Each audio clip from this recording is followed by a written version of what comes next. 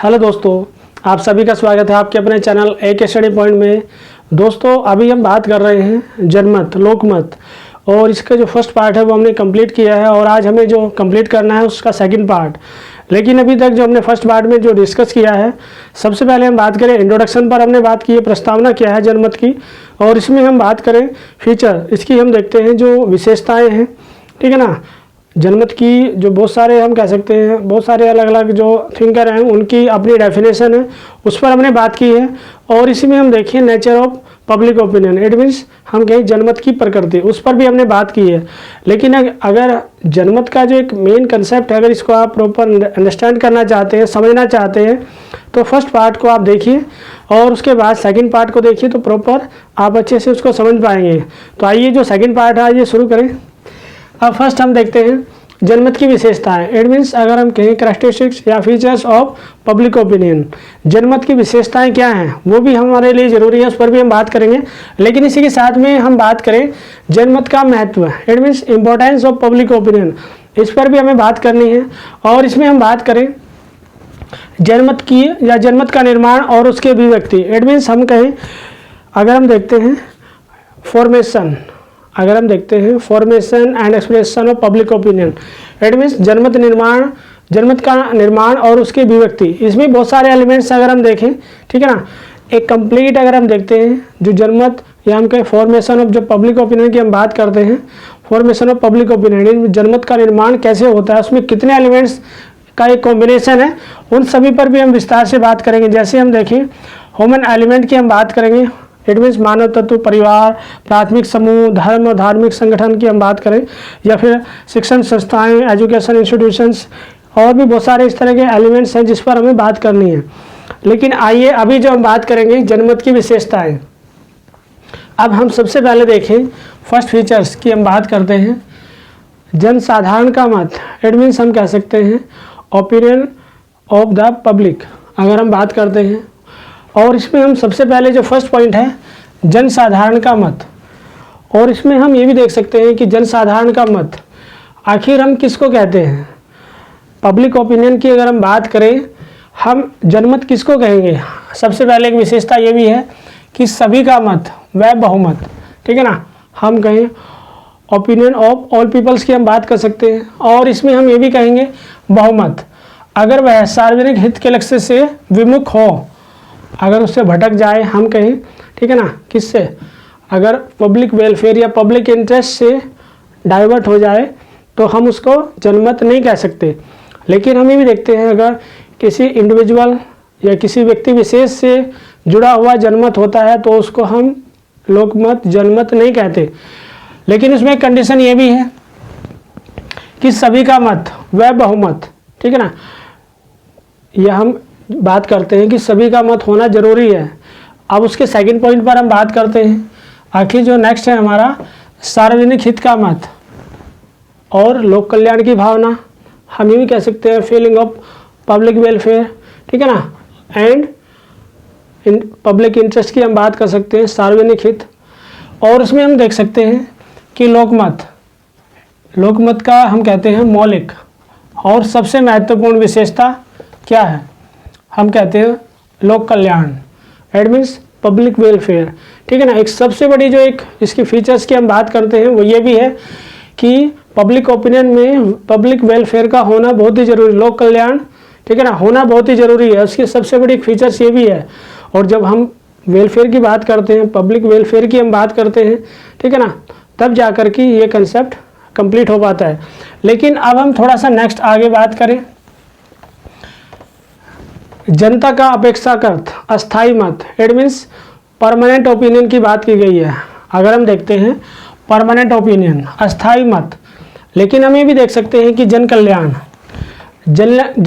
की जब हम कहें कि बहुत सारी जो जन कल्याण को लेकर बात की जाती है, लेकिन वही भी होता है कि उसमें बहुत सारे बदलाव भी होते रहते हैं। अगर हम देखते हैं, ठीक है ना, सिचुएशन के अकॉर्डिंग उसमें कुछ बदलाव भी हो सकते हैं, ठीक है ना। लेकिन उसमें हम ये भी देखते हैं परमानेंसी, अगर हम देखते हैं एक अस्थायित्व जिसको हम बोलते हैं, परमानेंसी का हम कहें फीचर ऑफ परमानेंसी की अगर हम बात करें, अस्थायित्व के लक्षण अगर उसमें है तो हम कहेंगे कि हाँ जनमत है। लेकिन हम ये भी कहेंगे कि जन कल्याण पर आधारित मत को हम स्थायी मान लेते हैं, ठीक है ना, मत को भी हम स्थायी मान लेते हैं। लेकिन ये कंडीशन हम देखते हैं, जैसे वैसे तो हम ये भी कह सकते हैं कि जैसे हम देखते हैं कि पब्लिक ओपिनियन में स्टेबिलिटी पूरी तरह से नहीं होती है, क्योंकि उसमें भी कुछ ना कुछ चेंजेस आते रहते हैं, बदलाव होते रहते हैं। लेकिन उसी को ही हम कह सकते हैं, हालांकि बहुत सारे बदलाव भी आते हैं, बहुत सारे चेंजेस भी आते रहते हैं, लेकिन चेंजेस आने के बावजूद भी जिसमें हम कहें कि ज़्यादा से ज़्यादा पब्लिक वेलफेयर हो रहा है, जिस भी मतलब जो भी कोई भी इशू हो सकता है, तो उसको ही हम पब्लिक ओपिनियन मानते हैं। अब नेक्स्ट की हम बात करें, मूल्य व्यवस्था, वैल्यू सिस्टम की बात की गई है, आइडल्स की बात की गई है, उन सभी से अटैचमेंट होना भी जरूरी है, तब जाकर के हम कहेंगे कि पब्लिक वेलफेयर, ठीक है ना, होगा अगर वैल्यू सिस्टम बने रहेंगे, आइडल्स बने रहेंगे, ठीक है ना। लेकिन हम कहें कि पब्लिक वेलफेयर, जन कल्याण को लेकर तो हम बात कर ही रहे हैं, और ये भी होता है कि हम कहें जो वैल्यू सिस्टम है, ठीक है ना, वैल्यू सिस्टम का अगर हम कहें स्टेट में प्रोडक्शन हो पा रहा है, राज्य में, और स्पेशली एक डेमोक्रेटिक सिस्टम, एक लोकतांत्रिक व्यवस्था में अगर उसका हम कहें कि एक सिस्टम में हम कहें कि पब्लिक ओपिनियन या जो वैल्यूज हैं सोसाइटी के, जो वैल्यू की हम बात करें, जो मूल्य हैं, अगर वो बैलेंस में है तो भी ठीक है। अदरवाइज हमने एक एग्जांपल भी लिया है, हम ये भी देख सकते हैं कि डिक्टेटर की हम बात कर सकते हैं, जो शासक होते हैं, ठीक है ना, जो शासक की अगर हम बात करते हैं, और उसमें ऐसा भी हो सकता है कभी कभी जो पब्लिक के जो वैल्यूज होते हैं, ठीक है ना, अगर उन पर अटैक किया जाए, अगर जो वैल्यू सिस्टम है अगर उसको डिसबैलेंस करने का काम किया जाए गवर्नमेंट के द्वारा, सरकार के द्वारा, तो फिर क्या होता है, पब्लिक हम कह सकते हैं वायलेंस भी कर सकती है, हिंसा भी कर सकती है, और रिवोल्यूशन की भी हम बात कर सकते हैं, ठीक है ना। क्रांति भी हुई है, अगर हम देखते हैं, वैसे बहुत सारी क्रांति हम देख सकते हैं, जब भी कोई ऐसे कानून बने हैं जिसमें पब्लिक का कुछ बेनिफिट ना हो पाए, या पब्लिक इंगेस्ट में कुछ इस तरह के बिल इंट्रोड्यूस कराए जाएं, या कोई हम कह सकते हैं कोई कानून बन जाते हैं, तो ऐसी कंडीशन में क्या होता है, हम ये भी देखते हैं गवर्नमेंट ऐसा भी तो कर सकती है, अपनी मनमर्जी कर सकती है, और इसमें जब मनमर्जी होगी तो फिर पब्लिक वेलफेयर तो नहीं होगा, हम जनरली सभी जान सकते हैं। लेकिन ऐसी कंडीशन में क्या होता है, सरकारें भी पूरी तरह से गिरा दी जाती है। ये सरकारें हम कह सकते हैं जो एक टेनर, हम कहें कि एक टेनर तो पूरा करती हैं, ठीक है ना, लेकिन नेक्स्ट टाइम उनको मौका नहीं दिया जाता। ये ऐसा भी होता है कि कभी कभी इस तरह बहुत हाई लेवल पर पब्लिक ओपिनियन, ठीक है ना, बन जाता है, तो कभी कभी ये भी देखते हैं कि सरकारें बीच में ही, ठीक है ना, बीच में ही लड़खड़ा जाती है, बिखर जाती है, और ऐसा हुआ भी है। लेकिन हम ये भी देख सकते हैं कि अगर वैल्यू सिस्टम पर हम कहें कि वैल्यू सिस्टम को अगर बैलेंस नहीं किया जाएगा तो सरकारों के लिए भी हानिकारक होता है, गवर्नमेंट्स जो होती है उनके लिए भी बहुत ज़्यादा लॉस उठाने पड़ सकते हैं। लेकिन अब हम बात करें जो नेक्स्ट, ये तो सब हमारे फीचर्स थे, विशेषताएं क्या हैं, लेकिन अब हम बात करेंगे आखिर इसका इम्पोर्टेंस क्या है, क्या इम्पोर्टेंस हो सकता है, इन सभी को आइए विस्तार से जानते हैं। दोस्तों अभी तक हम बात करें फीचर्स ऑफ पब्लिक ओपिनियन पर हमने बात की, तो आइए अब हम जानते हैं इंपॉर्टेंस ऑफ पब्लिक ओपिनियन, आखिर इसका महत्व क्या है, हम इसको क्यों जानना चाहते हैं, क्या इसका हमारी लाइफ में कोई इम्पोर्टेंस है। तो आइए जानते हैं क्या इम्पोर्टेंस है। तो सबसे पहले हम बात करें जनमत का महत्व है। इसमें हम देखें बहुत सारे पॉइंट्स हैं जिस पर हम बात कर सकते हैं।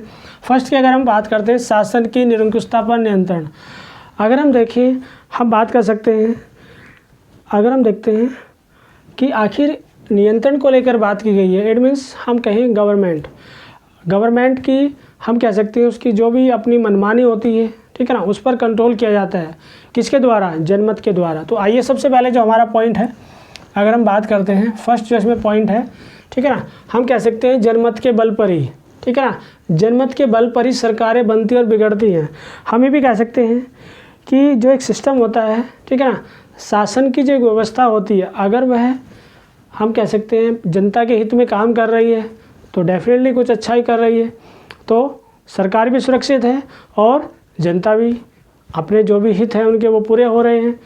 लेकिन ऐसा भी तो हो सकता है अगर वह मनमानी करने लग जाए, ठीक है ना, या हम ये भी कह सकते हैं ऑटोक्रेसी की हम बात करें, अगर वह निरंकुश हो जाए, हम ये भी कह सकते हैं कि कंट्रोल ओवर द ऑटोक्रेसी, कि उस पर क्या करती है, उस पर भी वह नियंत्रण करती है। तो ऐसी कंडीशन में क्या होता है, हम कह सकते हैं कि जनमत डिसबैलेंस हो जाएगा। लेकिन जब जनमत हम कह सकते हैं कि सरकारों को बना भी सकता है और उनको बिखेर भी सकता है, तो इस तरह की कंडीशन बन सकती है।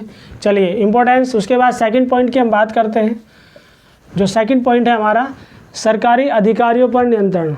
इट मीन्स हम ये भी देख सकते हैं जनरली जो भी हमारे गवर्नमेंट ऑफिसर की हम बात कर सकते हैं, ठीक है ना, जो भी सरकारी अधिकारी होते हैं या बहुत सारे हम कह सकते हैं जो गवर्नमेंट की हम बात करें, बहुत सारे गवर्नमेंट ऑफिसर भी हो सकते हैं और उसमें गवर्नमेंट सर्वेंट भी हम बात कर सकते हैं, ठीक है ना। तो वो ऐसा भी हो सकता है अगर वो सोसाइटी के लिए, ठीक है ना, या हम ये कहें कि समाज के लिए अगर वो अच्छा काम कर रहे हैं तो बहुत अच्छा है। लेकिन ऐसा भी हो सकता है अगर वो कुछ ऐसे काम करने लग जाए जो जिससे सोसाइटी को कोई बेनिफिट ना हो पाए, या सोसाइटी के लिए, समाज के लिए प्रॉब्लम्स क्रिएट होए, या हम कहीं पब्लिक के लिए बहुत सारी प्रॉब्लम्स क्रिएट हो जाए, तो ऐसी कंडीशन में क्या होता है कि हम उनको भी, जो इस तरह के काम किए जाते हैं जो सही नहीं होते हैं, ठीक है ना, कुछ इस तरह के जो काम उनको नहीं करने चाहिए, तो हम उसको क्या करते हैं, जैसे हम गवर्नमेंट को क्रिटिसाइज़ करते हैं, गवर्नमेंट की आलोचना करते हैं, तो हम जो गवर्नमेंट ऑफिसर की हम बात कर सकते हैं या पब्लिक सर्वेंट की हम बात करें, जो सरकारी कर्मचारी होते हैं, तो हम उनकी भी आलोचना करते हैं। और ये सब लोकतंत्र में सभी अधिकार दिए होते हैं। और इसमें हम बात करें, जो नेक्स्ट पॉइंट है हमारा थर्ड, इट मीन्स अगर हम बात करें सरकार का पथ प्रदर्शन, हम ये भी कह सकते हैं गवर्नमेंट गाइडेंस की हम बात कर सकते हैं, ठीक है ना। और आखिर गवर्नमेंट को भी प्रॉपर गाइड किया जाता है। इट मीन्स हम ये कह सकते हैं, जो नेक्स्ट पॉइंट है हमारा, जनमत के माध्यम से ही सरकारें हम देखते हैं, सरकारें कुछ भी करना चाहें, अगर नया कानूनी बनाने चाहें, ठीक है ना, हम कह सकते हैं लॉ मेकिंग की हम बात कर सकते हैं। कानून जब बनाए जाते हैं तो उसमें ये होता है कि जनता क्या चाहती है, कोई कानून बनाना या कोई नया कानून बनना चाहिए, ठीक है ना, तो सबसे उसके लिए ईजिली एक मेथड यही है, जनमत के माध्यम से ही, ठीक है, पब्लिक से ओपिनियन ली जाए, राय ली जाए कि हम किस तरह का, अगर कोई भी सोसाइटी में प्रॉब्लम है, बहुत सारे इशू बनते हैं, ठीक है ना, तो इसको लेकर कोई कानून बनना चाहिए। ऐसा तो नहीं कि गवर्नमेंट ही सारा कुछ, सारी रिस्पॉन्सिबिलिटी गवर्नमेंट की है, तो उसमें ये भी होता है कि जनता की भी अपनी जिम्मेदारी होती है, ठीक है ना, पब्लिक की भी रिस्पॉन्सिबिलिटी होती है कि वह भी गवर्नमेंट के जो भी काम होते हैं, गवर्नमेंट के द्वारा जो भी काम किए जाते हैं, उन सभी में हेल्प करे, सपोर्ट करे गवर्नमेंट को। तो हम ये भी देखते हैं कि गवर्नमेंट, हम कह सकते हैं पब्लिक ओपिनियन के माध्यम से, ठीक है ना, उसके माध्यम से जान सकती है कि किस तरह का कानून बनना चाहिए और किस तरह का नहीं बनना चाहिए, या किस कानून में अमेंडमेंट किए जाने की आवश्यकता है, संशोधन किए जाने की आवश्यकता है। तो ये सब हम किस माध्यम से जानते हैं, या गवर्नमेंट किस माध्यम से जानती है, जनमत जनता की राय के माध्यम से ही वह जान पाती है।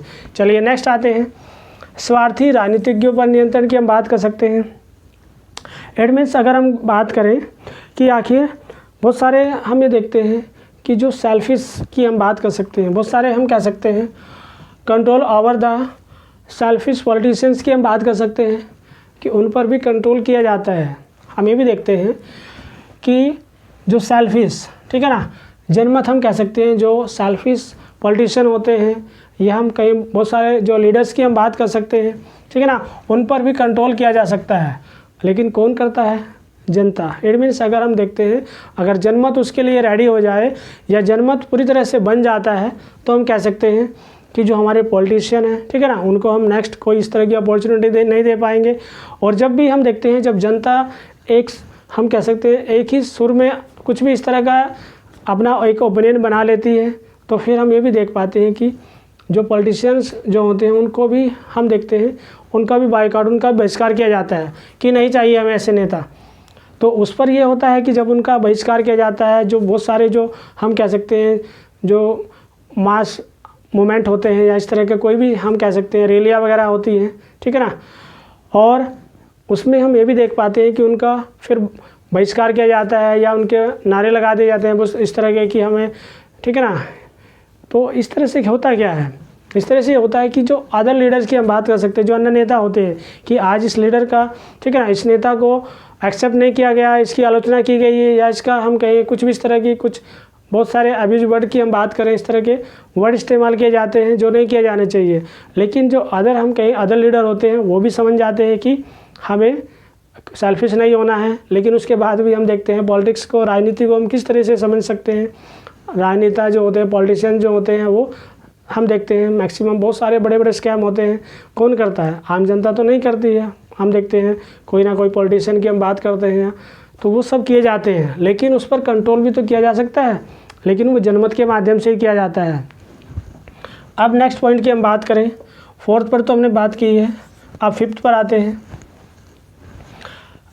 हम कह सकते हैं विभिन्न संस्थाओं का कर्तव्य पालन की चेतावनी। हम ये भी कह सकते हैं कि warning of duty to various institutions की हम बात कर सकते हैं कि वार्निंग दी जाती है, चेतावनी दी जाती है। और किसको? वेरियस जो इंस्टीट्यूशंस हैं, हम कह सकते हैं हमारे बहुत सारे जो पॉलिटिकल ऑर्गेनाइजेशंस की हम बात कर सकते हैं, ठीक है ना, बहुत सारी संस्थाएं की हम बात कर सकते हैं। तो जनमत के माध्यम से ही हम कह सकते हैं संस्थाओं को, ठीक है ना, अगर उनके कर्तव्य पालन वो अपना जो उनको प्रॉपर जो ड्यूटी दी गई है अगर वो नहीं कर पाएंगे तो फिर क्या करती है? जनता उनको बताती है कि तुम्हारी काम तो ये है, ये काम करो ना। तो इस तरह से होता क्या है, हम ये भी देख सकते हैं कि जो प्रॉपर उनकी ड्यूटीज़ होती है, ठीक है ना, उसके लिए उनको अलर्ट भी किया जाता है कि आपको ये काम करने हैं और इससे ही हमारा भला हो सकता है। अगर आप इस तरह के काम करते रहेंगे तो फिर आपको बनाने का क्या फ़ायदा। इस तरह की जो संस्थाएं बनी होती है, ठीक है ना, बहुत सारे हम इंस्टीट्यूशंस की हम बात कर सकते हैं और स्पेशली पॉलिटिकल इंस्टीट्यूशन, ठीक है ना, तो इस तरह के एफर्ट्स किए जाते हैं। लेकिन उसके हम नेक्स्ट बात करें, इसमें लास्ट पॉइंट भी है इसका, ठीक है ना, नागरिकों की स्वतंत्रता की रक्षा की हम बात कर सकते हैं। इट मीन्स अगर हम बात करें प्रोटेक्शन ऑफ सिविल लिबर्टीज़ की हम बात कर सकते हैं।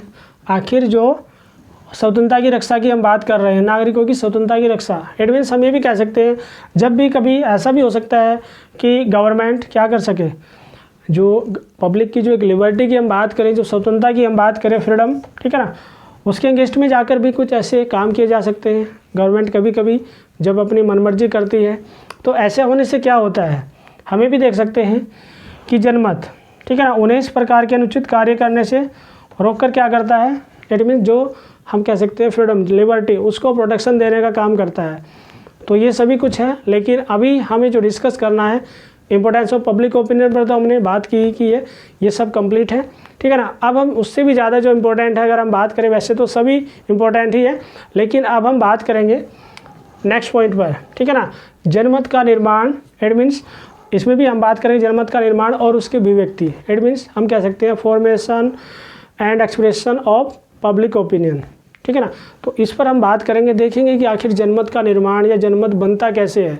हम देखते हैं बहुत सारे एलिमेंट्स हमने, इन सभी पर हम डिटेल में डिस्कस करेंगे। तो आइए इसके बारे में भी हम जानते हैं, डिस्कस करते हैं। तो अभी तक हमने बात की importance of public opinion. It means जनमत के निर्माण में या हम कहें जनमत का महत्व क्या है, इसको हम क्यों ज़रूरी है जानना हमारे लिए ज़रूरी है या नहीं। हम देखते हैं जनमत का निर्माण जो होता है, ठीक है ना, तो जनमत के इम्पोर्टेंस पर हमने बात की। बहुत सारे एलिमेंट्स हैं जिन पर हम बात की है, लेकिन अब हम बात करेंगे आखिर जनमत का निर्माण होता कैसे है, ठीक है ना। तो हम बात कर सकते हैं फॉर्मेशन, अगर हम बात करें formation and expression of public opinion. It means जनमत के निर्माण और उसके अभिव्यक्ति की हम बात करें, लेकिन हम थोड़ा बात करेंगे आखिर जनमत के निर्माण में या हम कहें जो उसकी अभिव्यक्ति है उसमें बहुत सारे एलिमेंट्स की हम बात कर सकते हैं। फर्स्ट में हम देखें मानव तत्व, इट मीन्स ह्यूमन एलिमेंट्स, इस पर भी हम बात करेंगे आखिर ये है क्या, मानव तत्व है क्या। फिर उसके बाद नेक्स्ट हम बात करें फैमिली एंड प्राइमरी ग्रुप्स की हम बात करेंगे, परिवार और प्राथमिक समूह, इस पर भी हम जानेंगे। रिलीजन पर भी हम बात करेंगे, धर्म और धार्मिक संगठन और शिक्षण संस्थाएं, एजुकेशन इंस्टीट्यूशंस की हम बात करें। मीन्स ऑफ कम्युनिकेशन, संचार के साधन, political parties and pressure group की अगर हम बात करें, और इसमें व्यवस्थापिका सभाएं की हम बात करें, लेजिस्लेटिव असेंबलीज पर भी हम बात करेंगे, और पब्लिक प्लेटफॉर्म, इट मीन्स जिसको हम बोलते हैं जनमंच या फिर मंच। लेकिन अब हमारे लिए ज़रूरी ये है कि सबसे पहले हम देखें, जब हम जनमत निर्माण की बात करते हैं, फॉर्मेशन ऑफ पब्लिक ओपिनियन के बहुत सारे जो एलिमेंट्स हैं, तो उसमें हम कह सकते हैं जनमत निर्माण के मुख्य तत्व हैं। इट मीन्स हम कह सकते हैं major elements of formation of public opinion. लेकिन अब हमारे लिए थोड़ा सा एक क्वेश्चन बन जाता है या बहुत सारे एक डाउट्स भी बनना शुरू हो जाते हैं कि आखिर जनमत निर्माण में बहुत सारे एलिमेंट्स की हम बात कर रहे हैं, लेकिन ये सब है क्या। लेकिन अब हम थोड़ा सा ये भी देखें कि जनमत निर्माण में बहुत सारे एलिमेंट्स का अलग अलग हम कहते हैं रोल होता है। सभी एलिमेंट्स अपने अपना रोल प्ले करते हैं और हम कह सकते हैं कि तब जा कर के एक जनमत तैयार होता है, यानी कि पब्लिक ओपिनियन रेडी हो पाता है, प्रिपेयर हो पाता है। हमारी सोच किसी एक एलिमेंट से नहीं बनती है। अगर हम कहें कि किसी एक एलिमेंट से ही, हम कहते हैं कि फैमिली से ही हमारा पब्लिक ओपिनियन रेडी हो जाता है, फिर हमें किसी और एलिमेंट्स की आवश्यकता नहीं है, ना ही तो हमें किसी रिलीजन की आवश्यकता है, या हम कहें किसी एजुकेशन इंस्टीट्यूशन की भी आवश्यकता नहीं है, मीन्स ऑफ कम्युनिकेशन की भी रिक्वायर नहीं है। बस हमें क्या है, हम ये भी कह सकते हैं कि 2 एलिमेंट्स चाहिए, 3 एलिमेंट्स चाहिए, ठीक है ना। हमें फैमिली की हम बात कर सकते हैं और इसमें हम फैमिली एंड प्राइमरी ग्रुप्स की हम बात कर सकते हैं, या फिर हम कहें कि पॉलिटिकल पार्टीज़ की हमें रिक्वायर है, लेजिस्लेटिव असेंबली की आवश्यकता है। हम ये भी कह सकते हैं कि सभी का अपना अपना इम्पोर्टेंस होता है, महत्व होता है। लेकिन हम ये भी देख सकते हैं, हम डिसाइड नहीं कर सकते, हम श्योरिटी के साथ में फिक्स नहीं कर सकते कि फर्स्ट एलिमेंट का इतना इम्पोर्टेंस है, सेकंड का इतना इम्पोर्टेंस है, या इतना परसेंटेज है हमारी लाइफ में, ठीक है ना। तो आइए हम थोड़ा देखें, एक सर्कल हमने रेडी किया है और इसमें हम कह सकते हैं जनमत निर्माण के जो मुख्य साधन तत्व हैं, ठीक है ना, या मुख्य साधन की हम बात कर सकते हैं। तो इसमें हम देखें, सबसे पहले फर्स्ट एलिमेंट्स को हम ऐड नहीं कर रहे हैं, ठीक है ना इसमें, लेकिन हाँ इसके बारे में हम डिटेल से डिस्कस करेंगे। फर्स्ट में हम बात कर सकते हैं, जैसे फैमिली की लेकर हम बात कर सकते हैं। सपोज करें फैमिली का हम सबसे ज़्यादा इम्पोर्टेंस कह सकते हैं और फैमिली में ही हम सबसे ज़्यादा अपना टाइम स्पेंड करते हैं, खर्च करते हैं। और हम ये भी देखते हैं कि प्राइमरी एजुकेशन, जो प्राथमिक जो शिक्षा होती है, फैमिली से ही हमें मिलती है। अब इसमें हम कह सकते हैं कि ठीक है, हमारी लाइफ में सपोज करें हम कहें फैमिली एंड प्राइमरी ग्रुप, चलिए ठीक है, इसका हम परसेंटेज मान लेते हैं, सपोज करें 18%। उसके बाद नेक्स्ट आते हैं धर्म और धार्मिक संगठन। इट मीन्स हम कहें रिलीजन एंड रिलीजियस इंस्टीट्यूशंस की हम बात कर सकते हैं, या ऑर्गेनाइजेशन की हम बात कर सकते हैं। चलिए इसका भी परसेंटेज हम मान लेते हैं 15% हम इसका मान लेते हैं, कितना परसेंटेज है। चलिए अब उसके बाद नेक्स्ट पर आते हैं। नेक्स्ट हमारे पास क्या है, अगर हम बात करें एजुकेशनल इंस्टीट्यूशन की हम बात कर सकते हैं, एजुकेशनल इंस्टीट्यूशंस। चलिए ठीक है, इसका परसेंटेज भी हम कहें कि हम कह सकते हैं 20% इसका हम मान लेते हैं। चलिए ठीक है, अब नेक्स्ट पर आते हैं। नेक्स्ट की अगर हम बात करते हैं मीन्स ऑफ कम्युनिकेशन, इसका भी परसेंटेज हम कितना मान लेते हैं, हम कह सकते हैं इसका हम 15 मान लेते हैं। अगर हम बात करें एजुकेशन इंस्टीट्यूशंस हमारा हो चुका है means of communication.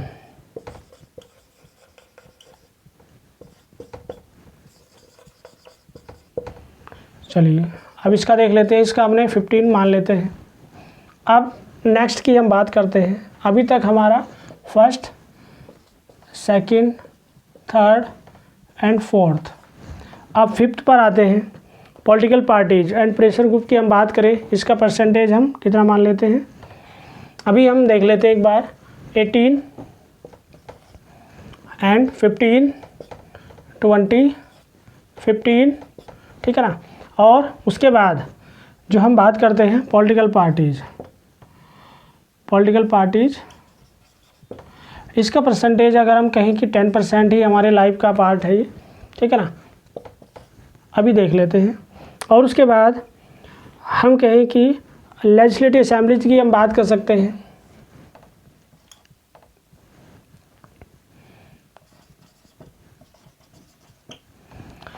Legislative assemblies का जो परसेंटेज है वो हम देख लेते हैं एक बार, पहले थोड़ा सा कंफर्म कर ले, ठीक है ना। 5 हमारे पास ये 5th नंबर पर हमने रखा। अब हम देख सकते हैं इसका टोटल कितना हुआ, 18। और अभी हमारे पास जो है 22 और हम ऐड कर सकते हैं, तो इसमें हम 10% इसका कर लेते हैं, ठीक है ना। 10% जोड़ करके कितना हो जाएगा हमारे पास 88। और उसके बाद जो पब्लिक प्लेटफॉर्म की हम बात करें, यस का परसेंटेज थोड़ा सा और बढ़ा दें हम, ठीक है ना, तो उसके बाद ये पूरा ही 19 हो जाएगा।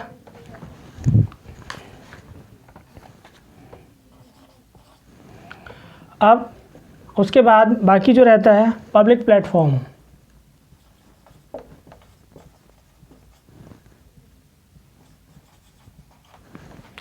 चलिए अब पब्लिक प्लेटफॉर्म की हम बात करें, इसका हम 10% मान लेते हैं, ठीक है। अगर हम टोटल को इसको कैलकुलेट करते हैं तो टोटल कितना हो जाएगा 100%। हम देखते हैं सभी एलिमेंट्स जितने भी हम देख पा रहे हैं, ठीक है ना, सभी का अपना अपना एक इम्पोर्टेंस है।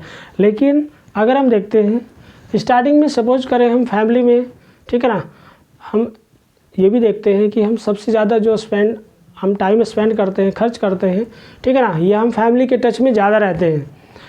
अगर हम देखते हैं बाहर हम कितना रहेंगे, ठीक है ना, तो बाहर का जो टाइम हम कहते हैं किसी भी अगर हम प्राइमरी एजुकेशन पर ही हम बात करें 4 आवर 5 आवर, इससे ज़्यादा 5 घंटे 6 घंटे से ज़्यादा हम स्कूलिंग जो एजुकेशन होती है उसमें रह पाते हैं।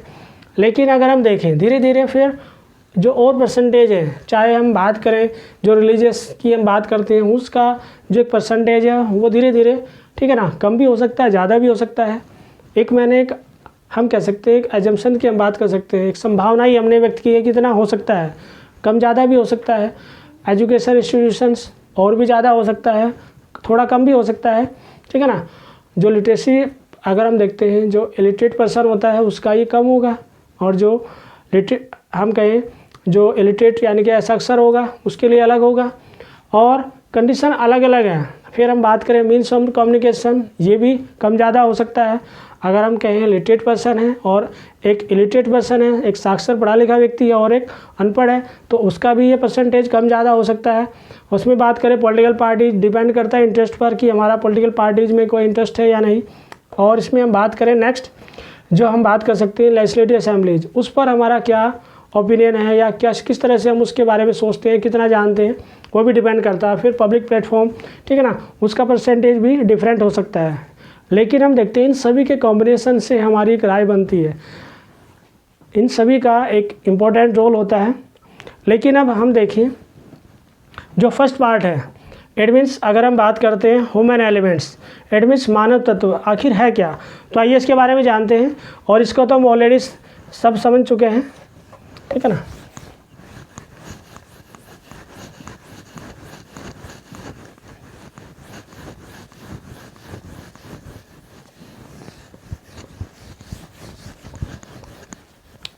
देखिए अब हम बात करें जो और भी हमारे लिए ज़रूरी हो जाता है, इसके फर्स्ट पॉइंट को हम देखते हैं। फर्स्ट पॉइंट क्या है हमारा, मानव तत्व।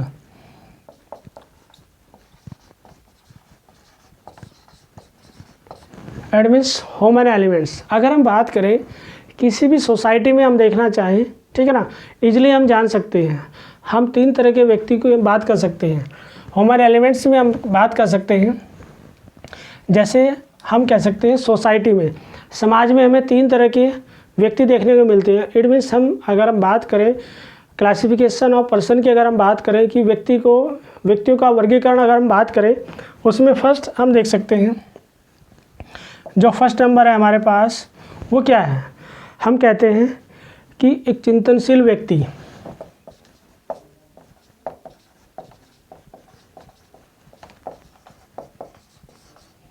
और सेकंड अगर हम बात करें, सेकंड इसमें हो गया अध्ययनशील व्यक्ति।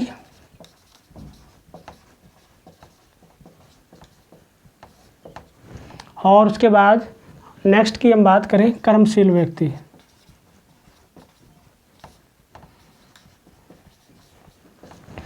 आप तीनों के बारे में जानते हैं। फर्स्ट में हम बात करते हैं चिंतनशील। हमें भी देखते हैं जो हम क्लासिफिकेशन ऑफ पर्सन की हम बात कर रहे हैं कि व्यक्तियों का वर्गीकरण होना चाहिए, किया जाना चाहिए। हर सोसाइटी में हमें 3 तरह के व्यक्ति मिल जाएंगे। फर्स्ट में हम बात करते हैं चिंतनशील। इट मीन्स हम कह सकते हैं ऐसे कौन व्यक्ति होंगे जो चिंतनशील की कैटेगरी में आएंगे।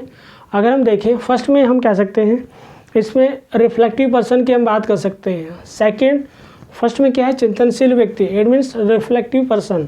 सेकंड में आते हैं अध्ययनशील व्यक्ति, इट मीन्स स्टूडियस पर्सन, जो स्टूडेंट हम बात करें जो स्टडी करते हैं स्टूडेंट्स, ठीक है ना, वो सभी इसमें आ जाएंगे। और उसमें अलग अलग तरह की स्टडीज हो सकती हैं, ठीक है ना, प्राइमरी एजुकेशन, फिर हम बात कर सकते हैं सेकेंडरी एजुकेशन, फिर हायर स्टडीज, ठीक है ना। और उसमें हम कह सकते हैं फिर थर्ड नंबर पर है कर्मशील व्यक्ति।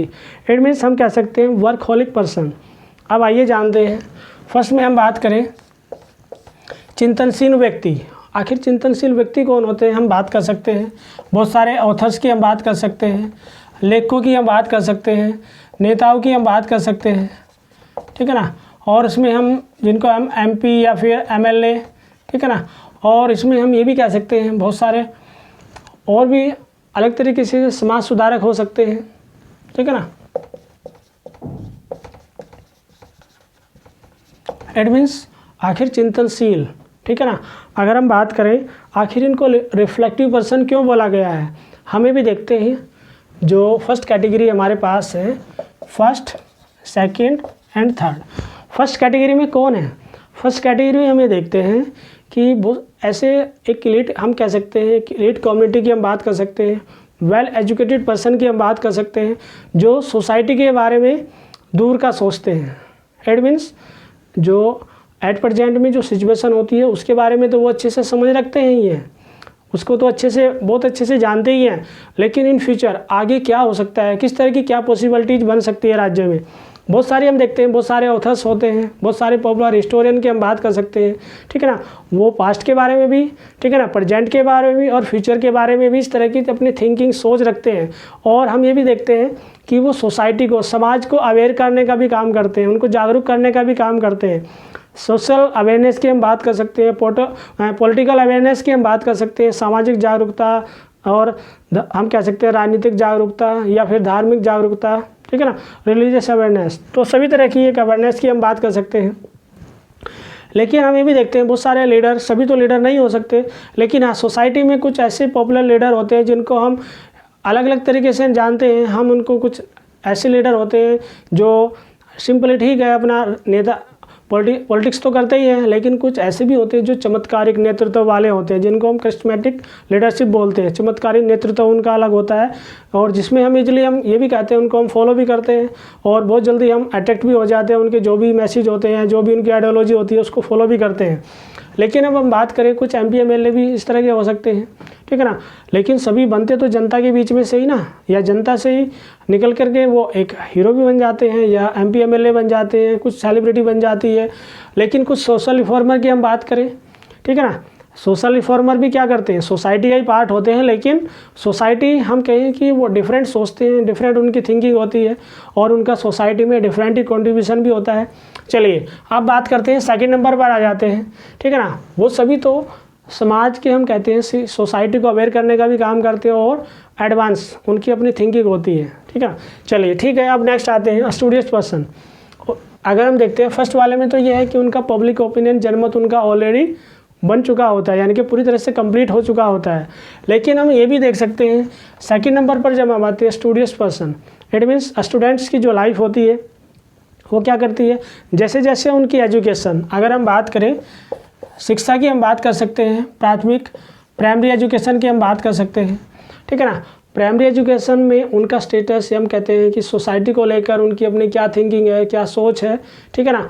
लेकिन धीरे धीरे इम्प्रूवमेंट होता है। फिर हम बात कर सकते हैं सेकेंडरी एजुकेशन की, उसमें भी उनका धीरे धीरे एक जो स्टेटस है सोसाइटी को लेकर, समाज की जो समझ होती है, ठीक है ना, या किसी भी पॉलिटिकल पार्टीज़ को लेकर उनकी जो अंडरस्टैंडिंग है, समझ है, या कोई भी इशू हो सकता है सोशल, या कहीं हम कोई सोशल इशू हो सकता है नेशनल लेवल पर या इंटरनेशनल लेवल पर, उसके लोग धीरे धीरे, ऐसा नहीं है कि हम प्राइमरी एजुकेशन में इंटरनेशनल लेवल पर सारी नॉलेज रखना शुरू कर देते हैं, सब कुछ जानना शुरू कर देते हैं, नहीं, धीरे धीरे जैसे जैसे हमारा डेवलपमेंट होता है, ठीक है ना, और किस तरह की एजुकेशन सिस्टम है, किस तरह का फैमिली बैकग्राउंड है, वो सभी कुछ डिपेंड करता है। चलिए उसके बाद हम बात करते हैं हायर एजुकेशन की हम बात कर सकते हैं, उच्च शिक्षा, और ये भी देखते हैं हम धीरे धीरे जैसे जैसे हमारी एजुकेशन प्रोग्रेस कर रही होती है, हम कहते हैं जैसे जैसे हम एजुकेशन अपने इम्प्रूव कर रहे होते हैं, तो उस तरह से ही हमारा एक जनमत रेडी होता है, हमारी अपनी सोच। लेकिन हम क्या करते हैं, इस जो स्टूडेंट लाइफ होती है उसमें हम धीरे धीरे बहुत कुछ स्टडी करते हैं, पढ़ने के बाद ही, फिर स्टडी करने के बाद ही हम एक पब्लिक ओपिनियन हमारा बन पाता है। इट मीन्स हम डिबेट भी कर सकते हैं अगर हम इस तरह के कंसेप्ट को फॉलो करते हैं। तो धीरे धीरे हम ये भी देखते हैं कि स्टूडियस पर्सन यानी कि अध्ययनशील व्यक्ति जो होते हैं, ठीक है ना, वो पढ़ने के बाद ही, स्टडी करने के बाद ही किसी तर्क पर, ठीक है ना, कोई लॉजिकल सिचुएशन जनरेट कर पाते हैं, तर्क वितर्क कर पाते हैं। चलिए अब नेक्स्ट आते हैं हम, यहाँ पर कंडीशन क्या है सेकंड वाले में कि कंडीशन डिफरेंट हो जाती है, ठीक है ना। क्यों? क्योंकि जिस तरह की एजुकेशन सिस्टम होगी उसी के बेस पर उनकी अपनी एक ओपिनियन, एक राय भी बनेगी और उनकी अपनी एक थिंकिंग, सोच भी बनेगी। अब आते हैं नेक्स्ट, अगर हम देखते हैं वर्कहोलिक पर्सन। वर्कहोलिक पर्सन की हम बात करें, एक इलिटरेट पर्सन की हम बात कर सकते हैं। इट मीन्स एक अनपढ़ व्यक्ति, ठीक है ना, जिसको अपने काम से काम है, ठीक है ना। इट मीन्स एक लेबर क्लास की हम बात कर सकते हैं। इसमें कौन आएगा? श्रमिक वर्ग। It means labour class. Labour class का काम क्या होता है, ठीक है ना, सोसाइटी में क्या कुछ चल रहा होता है, ठीक है ना। सभी का ऐसा तो नहीं है कि जो लेबर क्लास होती है वो सभी पॉलिटिकल इशू पर भी इतना इंटरेस्ट रखती है, बहुत अच्छे से सोसाइटी के बारे में अपने थॉट्स रिप्रेजेंट कर सकती है, प्रस्तुत कर सकती है। बहुत सारे इशू, कॉमन इशू जो बनते हैं सोसाइटी में, उसको लेकर भी वह डिबेट करती है, उनमें पार्टिसिपेट करती है। नहीं, वो ऐसा काम कुछ भी नहीं करती है। तो फिर वो क्या करती है, उसको अपने काम से मतलब होता है, ठीक है ना। जैसे हम देखते हैं जो भी एक लेबर क्लास होती है उसको जो भी किसी भी कहीं पर भी, कहीं पब्लिक सेक्टर में है या फिर बहुत सारे ऐसे प्राइवेट सेक्टर भी हो सकते हैं जिसमें वह अपना काम करते हैं और उन्हें राजनीति से भी कोई मतलब नहीं होता है। और हाँ, एक चीज़ें हम ये भी देख सकते हैं कि जो भी एक सोसाइटी में जो एक एलिट क्लास होती है, ठीक है ना, या हम कहें जो एक एजुकेटेड जो पीपल्स होते हैं उनके द्वारा उनके थॉट्स सुनती है, उनके विचार सुनती है और उसी के बेस पर अपना एक जनमत रेडी कर लेती है। इट मीन्स एक बार और सुने आप, जनरली होता क्या है, जो लेबर क्लास होती है ना ही तो वो हम कह सकते हैं लिटरेट कैटेगरी में हम उनको रख सकते हैं, बहुत कम हो सकता है, लेकिन परसेंटेज हम देखते हैं मैक्सिमम जो परसेंटेज होता है वो अनपढ़ लोगों का ही होता है। और उसमें ये भी हो सकता है, ठीक है ना, अगर हम बहुत सारे ऐसे जो कुछ ऐसे प्राइवेट सेक्टर भी होते हैं जहाँ पर, ठीक है ना, उन्हें अपने 8 आवर कंप्लीट करने होते हैं या फिर ओवर टाइम भी करते हैं और फिर अपना, ठीक है ना, कुछ थोड़ा बहुत हम कह सकते हैं मीन्स ऑफ कम्युनिकेशन, संचार के साधनों में भी इतना कुछ इंटरेस्ट नहीं होता है उनका।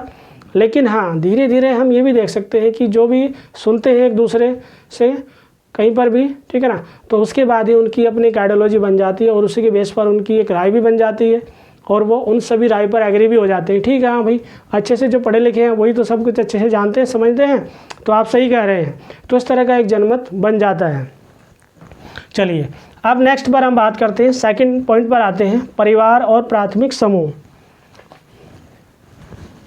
चलिए इसमें ही हम देख लेते हैं।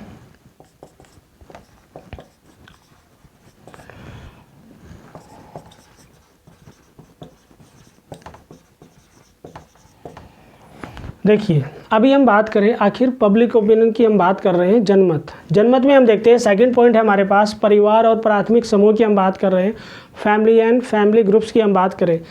हमें भी देखते हैं जब भी बेबी का हम कहें जो बच्चे का जन्म होता है, बेबी का बॉर्न होता है, तो उसमें क्या होता है, धीरे धीरे फैमिली के टच में ही हम रहते हैं। इट मीन्स हम देखते हैं जो एक बच्चे की जो प्राइमरी अगर हम कहें जो एक टीचर होती है, फर्स्ट टीचर, ठीक है ना, उसकी मदर ही होती है, ठीक है ना। और बच्चा हमें भी देखते हैं अप्रोक्सीमेट हम कह सकते हैं 5 ईयर के टाइम पीरियड में तो बच्चा मदर के पास ही, या हम कह सकते हैं पेरेंट्स, ठीक है ना, मदर एंड फादर के पास में रहता है।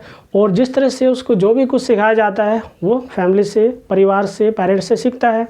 और अगर वेल एजुकेटेड फैमिली है या हम कहें तो उसका डेफिनेटली उस पर इम्पैक्ट आएगा, प्रभाव आएगा। और ये भी देखते हैं अगर इलिटरेट फैमिली है, ऐसा अक्सर हम अनपढ़ कह सकते हैं, अनपढ़ कोई फैमिली है तो उसका भी इम्पैक्ट उस पर आना ही आना है, डेफिनेटली आएगा। और फिर ये भी हम देख सकते हैं कि उसके रिलेशंस की हम बात करें, जो रिश्तेदार हैं, ठीक है ना, वो भी तो मिलने जुलने आते हैं और वो भी बातचीत करते हैं। तो धीरे धीरे उन सभी का भी हम कह सकते हैं, ठीक है ना। फैमिली में पेरेंट्स की हम बात कर सकते हैं, बच्चे का जिस तरह की फैमिली होगी, अगर हम कहें वेल एजुकेटेड फैमिली है, ठीक है ना, तो उसका धीरे धीरे क्या होता है, स्टार्टिंग में फैमिली एक सबसे बड़ा अट्रैक्शन होता है, सबसे बड़ा हम देखते हैं जो अटैचमेंट होता है फैमिली से ही होता है।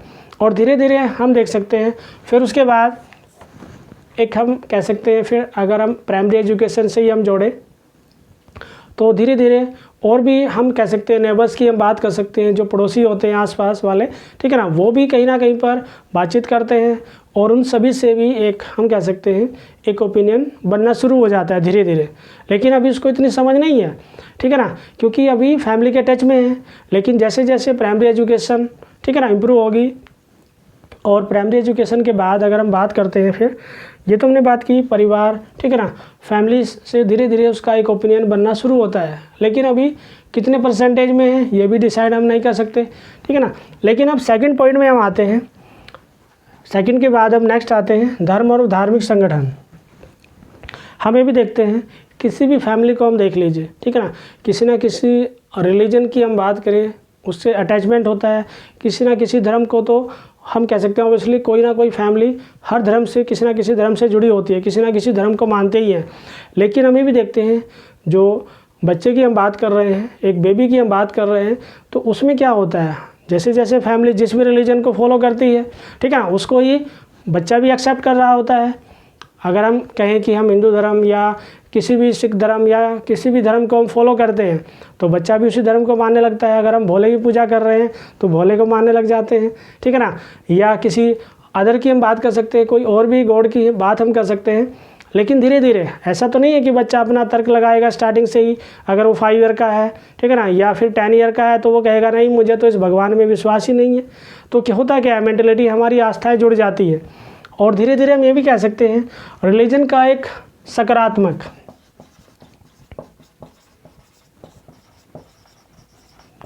अगर हम कहें एक सकारात्मक प्रभाव, ठीक है ना, हमारी एक पॉजिटिव थिंकिंग बन जाती है रिलीजन को लेकर, हमारी आस्थाएं बन जाती है। लेकिन अगर हम कहें जो धार्मिक संगठन की हम बात कर सकते हैं, रिलीजियस ऑर्गेनाइजेशन की हम बात करें कि आखिर धार्मिक संगठन काम क्या करते हैं, हमें भी देखते हैं सभी जितने भी धर्म हैं उनके अपने अपने धार्मिक संगठन बने होते हैं। और जिस तरह का वो मैसेज देना चाहते हैं, तो जिस भी धर्म को फॉलो करने वाले जो भी पीपल्स होते हैं, नागरिक होते हैं, ये जनता होती है, वो उसको एक्सेप्ट कर रही होती है।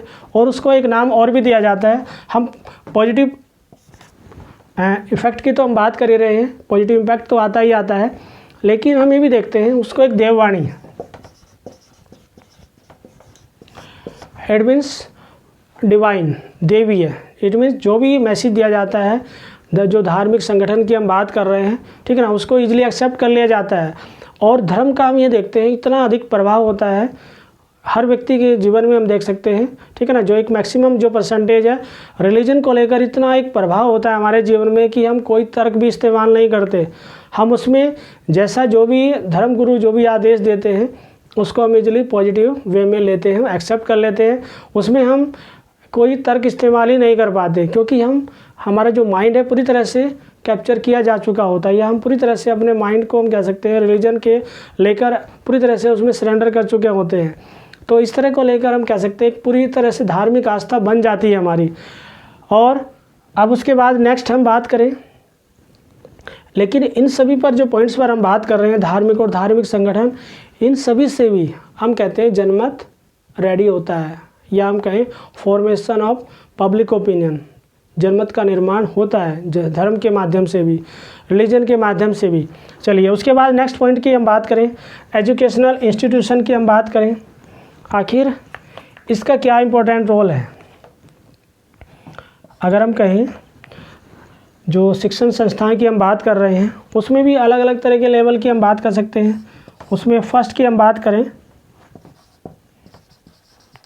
प्राइमरी एजुकेशन, उसके बाद सेकेंडरी एजुकेशन की हम बात कर सकते हैं, उसके बाद हायर एजुकेशन।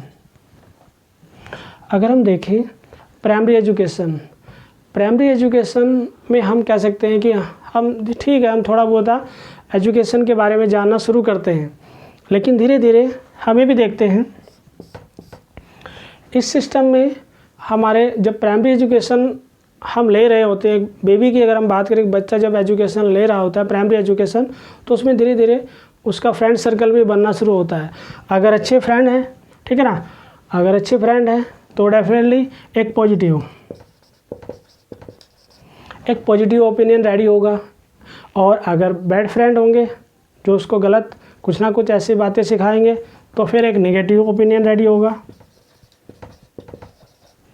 चलिए, लेकिन अब एक कंडीशन ये भी बन जाती है कि अगर फैकल्टी, अगर टीचर उसको प्रॉपर गाइड कर रहा है तो भी क्या होगा, एक पॉजिटिव ओपिनियन रेडी होगा। लेकिन डेफिनेटली ये भी होता है, बहुत सारे स्टूडेंट्स ऐसे भी होते हैं जो प्राइमरी एजुकेशन पे ही अगर हम देखते हैं कि वो ज़्यादा फ्रेंड सर्कल बढ़ाना नहीं चाहते, क्योंकि फैमिली उनको प्रॉपर अलर्ट करती है, ध्यान रखती है बच्चे से कि बच्चा किस डायरेक्शन में जा रहा है, उसका फ्रेंड सर्कल कैसा है, ठीक है ना। वो किसी के इतना ज़्यादा मतलब इतना उसको फॉलो तो नहीं कर रहा है कि इन फ्यूचर अपने लिए भी प्रॉब्लम क्रिएट करेगा और हमारे लिए भी क्रिएट करेगा बहुत सारी प्रॉब्लम्स। तो इस तरह की कंडीशन बन सकती है। तो प्राइमरी एजुकेशन में भी हम देखते हैं बहुत सारी फैमिली अवेयर होती है, जागरूक होती है और उस पर ध्यान देती है। चलिए उसके बाद हम देखते हैं धीरे धीरे सेकेंडरी एजुकेशन की हम बात करें। अब प्राइमरी एजुकेशन कंप्लीट हो चुकी है, हम ये भी देखते हैं सोशलाइजेशन, सामाजिकरण। धीरे धीरे एक पर्सन का, एक व्यक्ति का सामाजिकरण धीरे धीरे हम कह सकते हैं अपलिफ्ट ऊपर जा रहा है। और उसमें भी यही कंडीशन बन जाएगी सेम, ठीक है ना, पॉजिटिव वाली, नेगेटिव वाली और पॉजिटिव वाली, ठीक है ना। तो कंडीशन क्या है, फ्रेंड सर्कल वहाँ पर था जो, ऐसा तो नहीं है सेम वही फ्रेंड्स, सेम स्टूडेंट्स वही होंगे वहाँ पर। ऐसा भी होता है, एजुकेशन इंस्टीट्यूशन चेंज भी हो जाते हैं, स्कूल चेंज भी तो हो सकते हैं, स्कूलिंग एजुकेशन। तो फिर क्या होता है, फिर वहाँ पर फिर एफर्ट्स करना होता है, बेबी को, बच्चे को एफर्ट्स करना होता है, फिर एक नया फ्रेंड सर्कल रेडी होता है। लेकिन अब डिपेंड करता है किस तरह के फ्रेंड होंगे। ऐसा तो नहीं है सभी कुछ अच्छा ही, सभी अच्छा कुछ सिखाएंगे फ्रेंड, ठीक है ना। फ्रेंड की अपनी एक अलग तरीके से फ्रेंड होते हैं, सभी अपने अपने तरीके से सोचते हैं और सभी चाहते हैं कि मेरे जैसा मुझे फॉलो करें सभी, ठीक है ना। तो डिपेंड करता है यहाँ पर भी पॉजिटिव, अगर फ्रेंड सर्कल अच्छा है तो डेफिनेटली जो एक हार्ड वर्कर पर्सन की हम बात कर सकते हैं, हार्ड वर्कर स्टूडेंट, ठीक है ना, एक अच्छा व्यक्ति बन सकता है और एक अच्छा स्टूडेंट भी बन सकता है। लेकिन अगर फ्रेंड सर्कल, फिर वापस वही कंडीशन आ जाती है, फ्रेंड सर्कल कैसा है डिपेंड करता है। लेकिन हम ये भी देखते हैं अब कंडीशन क्या है, यहाँ पर आकर हम ये भी देखते हैं धीरे धीरे। अभी प्राइमरी एजुकेशन में तो इतना मीडिया के बारे में हम नहीं इंटरेस्ट रख पाते उस एज में, लेकिन अब जो सेकेंडरी एजुकेशन में हम देखते हैं कि धीरे धीरे, ठीक है ना, अब हम मीडिया के बारे में भी जानना शुरू कर देते हैं, प्रिंट मीडिया के बारे में भी जानना शुरू कर देते हैं।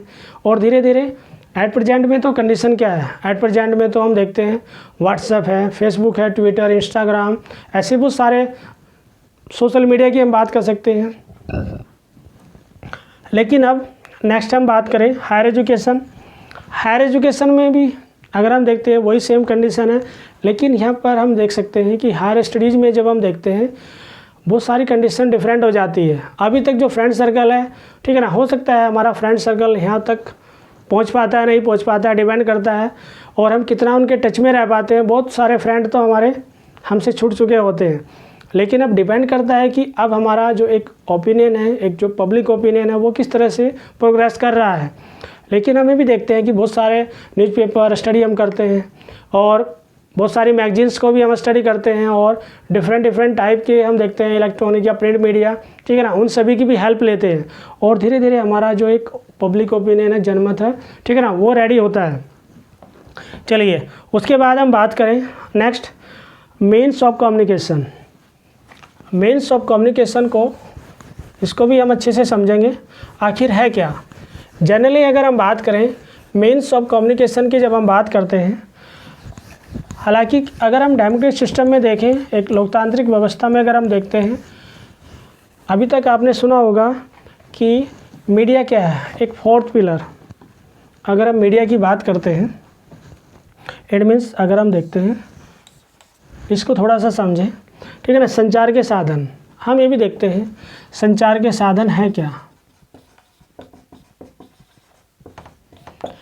अगर हम जनरली हम सभी जानते हैं प्रिंट मीडिया की हम बात कर सकते हैं। मीडिया के सबसे पहले हम जाने मीडिया के टाइप्स कितने हैं। सबसे पहले print media and electronic media and social media. चलिए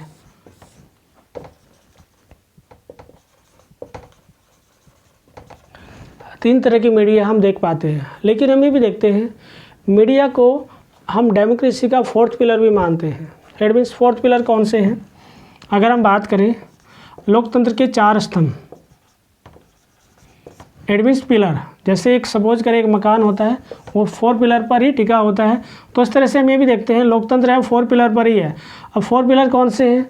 अगर हम बात करें legislative, executive, judiciary and media, 4th pillar है, ठीक है ना, डेमोक्रेसी के 4th पिलर। लेकिन अगर एक भी डिसबैलेंस होता है, ठीक है ना, तो बहुत सारी प्रॉब्लम्स हो जाती है, डिसबैलेंस हो जाता है एक डेमोक्रेटिक सिस्टम। लेकिन अब हम ये भी देख सकते हैं कि संचार के साधन जिसमें हमने बात की इलेक्ट्रॉनिक मीडिया, ठीक है ना, इलेक्ट्रॉनिक मीडिया की हम बात कर सकते हैं, प्रिंट मीडिया की हम बात कर रहे हैं, सोशल मीडिया की हम बात कर रहे हैं, लेकिन इन सभी का हमारी लाइफ में बहुत ज़्यादा इंपॉर्टेंट रोल है। हमें भी देखते हैं जब भी हमें फ्री टाइम होता है, ठीक है ना, तो हम क्या करते हैं, किसी न किसी चैनल पर नेशनल इंटरनेशनल जो भी न्यूज़ होती है, ठीक है ना, उसके बारे में जानने की कोशिश करते हैं। लेकिन हमें भी देखते हैं प्रिंट मीडिया से जो हम लिटरेट जो पर्सन की हम बात कर सकते हैं, जो साक्षर व्यक्ति होते हैं, प्रिंट मीडिया से तो वही बेनिफिट ले सकता है, ठीक है ना। लेकिन हम ये भी देखते हैं जो इलेक्ट्रॉनिक मीडिया होती है उससे हम ये भी देखते हैं जो इलिटरेट पर्सन होता है, ठीक है ना, और एक लिटरेट पर्सन होता है, यानी कि पढ़ा लिखा व्यक्ति भी इसका बेनिफिट ले सकता है, इससे नॉलेज ले सकता है, जानकारी प्राप्त कर सकता है, बहुत सारी नेशनल इंटरनेशनल इशू सभी जान सकता है, इंडिया में क्या कुछ चल रहा है देख भी सकता है और सुन भी सकता है। तो इसलिए हम ये देखते हैं सबसे ज़्यादा इफेक्टिव क्या है, इलेक्ट्रॉनिक मीडिया है। लेकिन उससे भी ज़्यादा अगर हम बात करते हैं, ठीक है ना, ये सब चीज़ें हमारी एक लाइफ का पार्ट है। लेकिन एट प्रेजेंट में हम देखते हैं सोशल मीडिया, ठीक है ना, एक चलती फिरती मीडिया बन चुकी है, ठीक है ना। अपना कोई भी लगता है जब भी किस तरह का कोई भी इशू बनता है सोसाइटी में, तो फिर क्या करते हैं सोशल मीडिया पर इस तरह की कुछ वीडियो अपलोड कर दी जाती हैं, ठीक है ना। और अब धीरे धीरे बहुत सारी फ्लेक्सिबिलिटी आ रही है, ठीक, अपने चैनल बना सकते हैं, अपने कुछ भी शुरू कर सकते हैं। लेकिन इन सभी से हम ये भी देखते हैं कि हम ये सारे एफर्ट्स कब कर सकते हैं, जब हम एक डेमोक्रेटिक सिस्टम में हैं, एक लोकतांत्रिक व्यवस्था में है। तो धीरे धीरे हम ये भी देखते हैं कि मीडिया भी हमें जब सारे जितने भी इशू होते हैं सोसाइटी में, जो भी इशू बनते हैं नेशनल लेवल पर, या कोई इशू प्रॉब्लम चल रही है, क्या कानून बन रहा है, कौन सा बिल लोकसभा में चल रहा है, कौन सा राज्यसभा में इंट्रोड्यूस हो रहा है, वो सभी बातें हम किससे जानते हैं, मीडिया के माध्यम से जानते हैं। और मीडिया हम ये भी देखते हैं मीडिया क्या करती है, मीडिया गवर्नमेंट को लेकर भी हम देखते हैं, गवर्नमेंट पर प्रेशर डाल सकती है, ठीक है, इंसिस्ट कर सकती है, बातें कर सकती है। लेकिन इन सभी से क्या हो रहा है, इन सभी से एक जनमत रेडी होता है। जैसे जैसे जितना अट्रैक्शन हमारा मीडिया पर होगा, ठीक है ना, वो किसी तरह के भी मीडिया है, चाहे रेडियो, ठीक है ना। अभी तक तो अगर हम देखते हैं आज़ादी के बाद भी हम कहें या फिर आज़ादी से पहले, तो हम सबसे ज़्यादा रेडियो का एक ट्रेंड बना है, ठीक है ना। रेडियो को फॉलो करते थे, उसको सुनते थे और वेट करते थे कि कुछ नया सुनने को मिलेगा, नई नई न्यूज हम सुनेंगे। तो वो सब चीज़ें हम देख सकते हैं, इन सभी से भी जनमत रेडी होता है। इट मीन्स संचार के साधनों के माध्यम से भी हम कह सकते हैं कि जनमत रेडी होता है। चलिए अब नेक्स्ट आते हैं political parties and pressure group की हम बात करें। आखिर पॉलिटिकल पार्टीज हम ये देखते हैं डेमोक्रेटिक सिस्टम में बहुत सारे डिफरेंट टाइप की पॉलिटिकल पार्टीज़ की हम बात कर सकते हैं। सभी अपने एक मैनिफेस्टो भी बना के रखती है, अपने कुछ ऑब्जेक्टिव की हम बात कर सकते हैं। सभी अपनी जितनी भी राजनीतिक पार्टी हम देखते हैं उन सभी के अपने कुछ उद्देश्य होते हैं। लेकिन सभी तो बात करती है कि हम सोसाइटी में, स्टेट में बहुत कुछ चेंज लाएंगे अगर हम सत्ता में आते हैं, सरकार हमारी बन पाती है। लेकिन हम ये भी देखते हैं धीरे धीरे जो पॉलिटिकल पार्टीज़ होती है वो हम कह सकते हैं कि हमें अवेयर करती है, हमें जागरूक करती है। और हमें भी देखते हैं कि पक्ष और विपक्ष डेमोक्रेटिक सिस्टम में हमें देख पाते हैं कि पक्ष और विपक्ष, इट मीन्स रूलिंग पार्टी और अपोजिशन। रूलिंग पार्टी क्या करती है, ठीक है ना, सत्ता में होती है तो वो कानून बना रही होती है, कानून बनाती है नए नए, ठीक है ना, और सिस्टम को मैनेज करती है। लेकिन अगर वह अपने ट्रैक से डाइवर्ट होती है या जो उसको काम करना चाहिए वो नहीं काम करे, तो जो अपोजिशन होता है, विपक्ष होता है, उसको प्रॉपर गाइड करता है। लेकिन हमें भी देखते हैं कि जैसे हम बात कर रहे हैं कि राजनीतिक दल, ठीक है ना, राजनीतिक दल हमें भी देखते हैं बहुत सारे जो हम बात करते हैं जो पॉलिटिकल पार्टीज से जुड़े बहुत सारे मेंबर होते हैं, सदस्य होते हैं, वो जनता से गेट टुगेदर हम कह सकते हैं, पब्लिक से गेट टुगेदर करते हैं, उनसे बातचीत करते हैं, उनसे अपनी जो उनकी प्रॉब्लम होती है उसके बारे में जानते हैं। और एक हम कह सकते हैं इन सभी को जो भी सारा एफर्ट्स होता है वो सब क्या है, एक पॉलिटिकल एफर्ट्स किया जाता है। हम कह सकते हैं पॉलिटिकल अवेयरनेस क्रिएट की जाती है, या हम ये भी कह सकते हैं पॉलिटिकल कॉन्शियसनेस, राजनीतिक चेतना पैदा की जाती है कि जनता को ये बताया जाता है कि राजनीति करने के, ठीक है ना, हम राजनीति कर रहे हैं तो हम क्या करेंगे, हम सोसाइटी में क्या कुछ डेवलपमेंट करेंगे, वो सब कुछ बताया जाता है। और हमें भी देखते हैं धीरे धीरे हमारा भी अट्रैक्शन बढ़ने लग जाता है, हम राजनीतिक दलों के टच में आना शुरू हो जाते हैं और टच में आते आते बहुत सारा अदर पार्टी के भी सभी को हम प्रॉमिस करते हैं कि हाँ हम आपको सपोर्ट करेंगे, और एक्सपेक्टेशन सभी की बनी रहती है, पॉलिटिकल पार्टीज़ की भी हम सभी से एक्सपेक्टेशन बनी रहती है और हमारी भी, ठीक है ना, पॉलिटिकल पार्टीज से लेकर सभी एक कह सकते हैं अट्रैक्शन बना रहता है, ये एक्सपेक्टेशन उम्मीद बनी रहती है कि हाँ ये पार्टी ये राजनीतिक दल अगर सत्ता में आता है तो पूरा विकास होगा, बहुत सारे चेंजेज होंगे, नई नई फैसिलिटी मिलेगी, नए एजुकेशन सिस्टम इस्टेब्लिश किए जाएंगे, नई यूनिवर्सिटीज़ बनेगी, हेल्थ मेडिकल फैसिलिटीज़ बहुत सब कुछ इस्टेब्लिश किया जाएगा, कुछ ना कुछ रिफॉर्म होंगे, सुधार होंगे। लेकिन इसी बीच हम बात कर सकते हैं दबाव समूह की, प्रेशर ग्रुप्स की। अगर हम बात करें आखिर प्रेशर ग्रुप क्या करते हैं, हम ये भी देखते हैं कि प्रेशर ग्रुप नाम ही क्या है, दबाव समूह। इट मीन्स हम कह सकते हैं जो रूलिंग पार्टी होती है, जो भी सरकार या हम कहते हैं जो भी सरकार होती है, ठीक है ना, उस पर दबाव डालने का काम करता है। इट मीन्स कुछ टाइम के लिए प्रेशर डालता है और जब भी इसके इंटरेस्ट पूरे हो जाते हैं, ठीक है ना, तो ये साइड में हो जाता है। लेकिन हम ये भी देखते हैं कि इस तरह के एक डेमोक्रेटिक सिस्टम में बहुत अलग अलग तरीके से दबाव समूह हम देख सकते हैं। ये भी हम देख सकते हैं कि जितनी भी यूनियन बनी होती है, अगर हम पब्लिक सेक्टर में भी देखें, अलग अलग जितने भी बहुत सारे अलग अलग डिपार्टमेंट होते हैं उनकी भी अपनी यूनियन बना दी जाती है, यूनिवर्सिटी लेवल पर भी यूनियन बनी होती है, ठीक है ना। और इसमें क्या होते हैं, कुछ प्रेशर ग्रुप भी बने होते हैं। सोसाइटी में भी हम देखते हैं जो काम क्या करते हैं, इसमें हम ये भी देखते हैं कि वो अलग तरीके से अपनी लड़ाइयाँ लड़ते हैं, ठीक है ना। और हमें भी देखते हैं सरकार की गवर्नमेंट को भी क्रिटिसाइज किया जाता है और इस तरह का एक प्रेशर क्रिएट किया जाता है ताकि गवर्नमेंट उनकी बातों को मान ले। और इससे कहीं ना कहीं पर हमें भी देखते हैं कि जनमत में यह भी पॉइंट है, हमारी हेल्प करता है। इट मीन्स दबाव समूह के माध्यम से भी जनमत रेडी होता है। चलिए उसके बाद हम बात करें व्यवस्थापिका सभाएँ और हम बात करें लेजिस्लेटिव असेंबलीज। इट मीन्स अगर हम बात करें लेजिस्लेटिव असेंबलीज की, हम बात करें आखिर ये है क्या। सबसे पहले हम बात कर सकते हैं इसमें, जैसे हम सेंटर में हम बात करें, आखिर संसद में हम देखते हैं जैसे सेंटर में क्या है, हमारे पास संसद है। अगर हम बात करें केंद्र, सेंटर में हम देखते हैं क्या है, हमारे पास संसद है। और राज्य में क्या है, स्टेट में हम बात कर सकते हैं, हमारे पास राज्य विधानमंडल या हम कहें स्टेट लेजिस्लेचर, और उसमें हम देखते हैं स्टेट असेंबलीज की हम बात कर सकते हैं।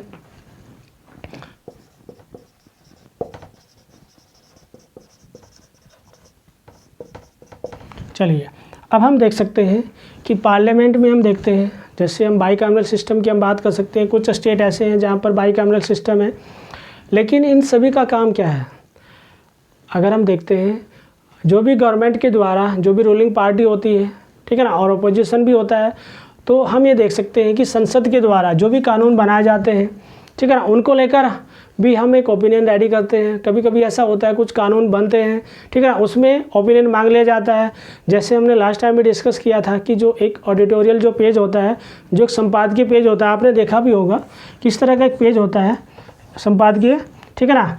और ये हम कह सकते हैं कि ये जो न्यूज़पेपर होता है, किसी भी न्यूज़पेपर के मिडिल जो पेज होते हैं, ठीक है ना, उसमें आपको मिल जाएगा। और एक कॉर्नर में आप इस तरह से आप एक साइड में देखेंगे इस तरह का एक सर्कल बना होता है, और उसमें इस तरह का एक ओपिनियन, एक पब्लिक ओपिनियन जनता से लिया जाता है। कोई भी अगर सपोज करें कोई भी लोकसभा में बिल इंट्रोड्यूस हो रहा है या फिर राज्यसभा में कोई भी बिल इंट्रोड्यूस हो रहा है, उस पर डिस्कशन चल रहा है, तो उस पर फिर जनता से राय मांगी जाती है किस तरह का कानून डिस्कशन में है, अभी चर्चा में है, और इसको लेकर आप कितना सहमत है। अगर सहमत है तो यस लिखें और नहीं है तो 2 लिखें। इस तरह का एक नंबर या 2 नंबर इस तरह का डिसाइड कर लिया जाता है, या ए बी का भी कुछ इस तरह का ऑप्शन बना दिए जाते हैं।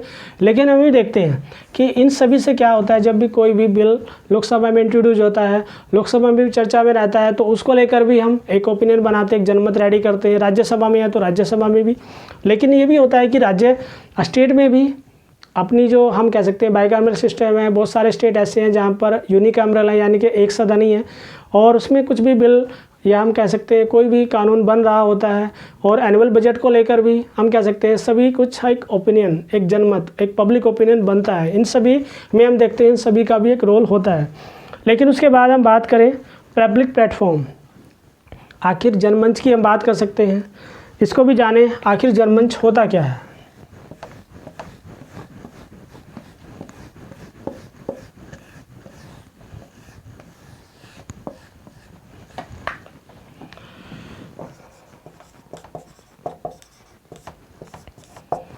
जनमंच की अगर हम बात करें, पब्लिक प्लेटफॉर्म, इट मीन्स हम कह सकते हैं बहुत सारी सभाएं होती हैं, ठीक है ना। और पब्लिक प्लेटफॉर्म की हम बात कर सकते हैं, जैसे टी स्टॉल की हम बात कर सकते हैं। बहुत सारे इस तरह के टी स्टॉल या हम कहें जो चाय की दुकानें होती हैं, ठीक है ना, उसमें भी हम ये देखते हैं बहुत सारा डिस्कशन चल रहा होता है। जब भी वहाँ पर हम कह सकते हैं 10 या 2 मेंबर या उससे ज़्यादा, हम कह सकते हैं 2 मेंबर से ज़्यादा जब बैठते हैं और अलग अलग राजनीतिक दलों के बारे में डिस्कशन चलता रहता है। और हम ये भी देखते हैं कि उससे भी अगर हम, ऐसा हो सकता है कि हमारी अपनी राय अलग अलग हो, लेकिन जितने भी पीपल से हम मिलते हैं, ठीक है ना, तो उससे क्या होता है, हमारा अलग थिंकिंग, हमारी सोच डिफरेंट तरीके से सोचना शुरू कर देती है। अभी तक हमारा जो भी एक ओपिनियन होता है या जो भी जितना भी हमारा जनमत का निर्माण हम कहें हो चुका होता है, लेकिन उसके बाद भी अगर हम किसी ऐसे व्यक्ति से मिलते हैं जो पॉलिटिकल इशू को लेकर या राजनीतिक जो भी मुद्दे होते हैं उनको लेकर उसकी समझ कुछ ज़्यादा, हमसे भी ज़्यादा बेहतर होती है, तो फिर हम उसके बात को ध्यान से सुनते हैं। लेकिन ऐसे ही हम ये भी देख सकते हैं ये सब कहाँ पर पॉसिबल है। हम देखते हैं जैसे टी स्टॉल की हम बात कर रहे हैं, और विलेज लेवल पर भी कुछ ऐसे प्रॉपर लोकेशन बनी होती है जहाँ पर बहुत सारे हम कह सकते हैं पीपल्स इकट्ठा होते हैं, ठीक है ना। और इकट्ठा होने के बाद, कलेक्ट होने के बाद फिर वो क्या करते हैं, बहुत सारा कोई डिस्कशन कर रहे होते हैं कि आज उस गवर्नमेंट ने इस तरह का डिसीजन ले लिया। फिर दूसरा बोलता है कि हाँ उस तरह का डिसीजन लिया, बहुत अच्छा हुआ है। फिर थर्ड पर्सन बोलता है कि इस तरह से ये डिसीजन तो गलत लिया गया है। फिर थर्ड बोलता है, फोर्थ बोलता है कि हाँ इस तरह का डिसीजन तो बहुत पहले लिया जाना चाहिए था। लेकिन ये सब चलता ही रहता है। तो वो सब जनमंच में हम देख पाते हैं कि इस तरह की कुछ सभाएँ भी हो सकती हैं जहाँ पर एक नंबर हम देख पाते हैं। विलेज लेवल पर भी हम देखते हैं, और बहुत सारे इस तरह का सिटी लेवल पे भी मिल सकता है, या लंच टाइम में इस तरह हम देखते हैं कि कुछ डिस्कशन हम कर पाते हैं। लेकिन हम ये भी देखते हैं ऑलमोस्ट अगर हम देखें, ठीक है ना, या तो हम किसी सेलिब्रिटी पर डिस्कस कर रहे होते हैं, उसको लेकर हमारा एक ओपिनियन बन पाता है, एक जनमत रेडी होता है। लेकिन ऑलमोस्ट अगर हम देखते हैं जो मैक्सिमम जो डिस्कशन किया जाता है वो पॉलिटिकल पार्टीज़ को लेकर ही, या हम कहीं रूलिंग पार्टी को लेकर, या अपोजिशन पार्टी की हम बात कर सकते हैं, उन सभी पर हम मैक्सिमम डिस्कशन कर रहे होते हैं। और ये सब हम देख पाते हैं कि एक पब्लिक ओपिनियन, जनमत हमारा धीरे धीरे बन रहा होता है। और कभी कभी हमारा बहुत हाई लेवल पर जनमत हम कह सकते हैं पब्लिक ओपिनियन बन जाता है, और कभी कभी उसमें कमी भी आ जाती है, उसमें स्टेबिलिटी पूरी तरह से नहीं रह पाती। हम कह सकते हैं अप डाउन, ठीक है ना, इस तरह की सिचुएशन बनी रहती है। लेकिन ये तो सब हमने डिस्कस किया है कि जितने भी हमारे पास जो एलिमेंट्स हैं हम देख पाते हैं जनमत निर्माण में किस तरह के एलिमेंट्स क्या क्या रोल प्ले कर पाते हैं, वो सभी कुछ हमने जाना। लेकिन अभी इसमें हमें जो डिस्कस करना है, हम देख पा रहे हैं कि स्वस्थ जनमत के निर्माण में बाधाएं, हम कह सकते हैं obstructions in the formation of health public opinion. या हेल्थ पब्लिक ओपिनियन की हम बात करें, एक स्वस्थ जनमत के निर्माण में बहुत सारे एलिमेंट्स हैं जो मेजर रोल प्ले करते हैं, ठीक है ना। लेकिन हम भी देख पाते हैं आखिर एक हेल्थी पब्लिक ओपिनियन की जो बात की जा रही है, ठीक है ना, आखिर वो है क्या। तो आइए उसके बारे में भी जानते हैं। आखिर जनमत निर्माण में बहुत सारी हम देखते हैं बहुत सारी बाधाएं भी आती हैं, और इसमें हम बात करें आखिर स्वस्थ जनमत के निर्माण में बहुत सारी बाधाएं कौन सी हैं, ठीक है ना। हम कह सकते हैं इसमें एक हेल्थी पब्लिक ओपिनियन, एक स्वस्थ निर्माण की अगर हम बात करते हैं, जनमत निर्माण होना चाहिए, हम मानते हैं। लेकिन उसके लिए हम बात करें सबसे पहले फर्स्ट पॉइंट की अगर हम बात करते हैं इलिटरेसी, एड मीन्स अगर हम बात करते हैं निरक्षरता, ठीक है ना, तो उसमें हम ये देख सकते हैं कि अगर हम हेल्थी पब्लिक ओपिनियन की हम बात कर रहे हैं, एक अच्छा एक जनमत होना चाहिए, तो उसके लिए हम कह सकते हैं कि सबसे बड़ी बाधा क्या है, अनपढ़ होना। हमें भी देखते हैं जिस सोसाइटी के पीपल्स की अगर हम बात करते हैं, किसी भी सोसाइटी के पीपल्स की अगर हम बात करें, ठीक है ना, निरक्षरता,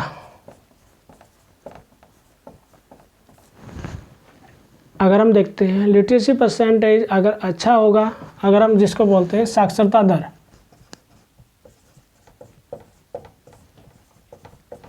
किसी भी सोसाइटी का अगर हम कहें एक लिटरेसी परसेंटेज, ठीक है ना, मेल फीमेल की अगर हम बात करते हैं, ठीक है ना, सपोज करें मेल का तो ज़्यादा है, ठीक है ना, अगर हम कहें मेल का 60 है और फीमेल का अगर हम कहें 35, ठीक है ना, तो हम ये भी देखते हैं कि अगर दोनों का इक्वल हो या और भी ज़्यादा हो सकता है, ठीक है ना, तो हम कह सकते हैं एक अच्छा, हम कह सकते हैं एक हेल्थी, एक पब्लिक ओपिनियन एक रेडी होगा।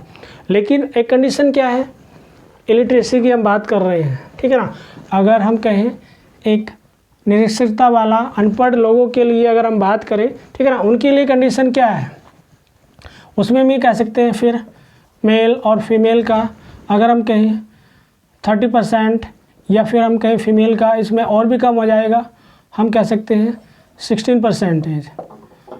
अगर इस तरह का पब्लिक ओपिनियन बनता है तो फिर सोसाइटी में एक हम कह सकते हैं एक सोसाइटी के लिए तो किसी तरह से भी ठीक नहीं होगा।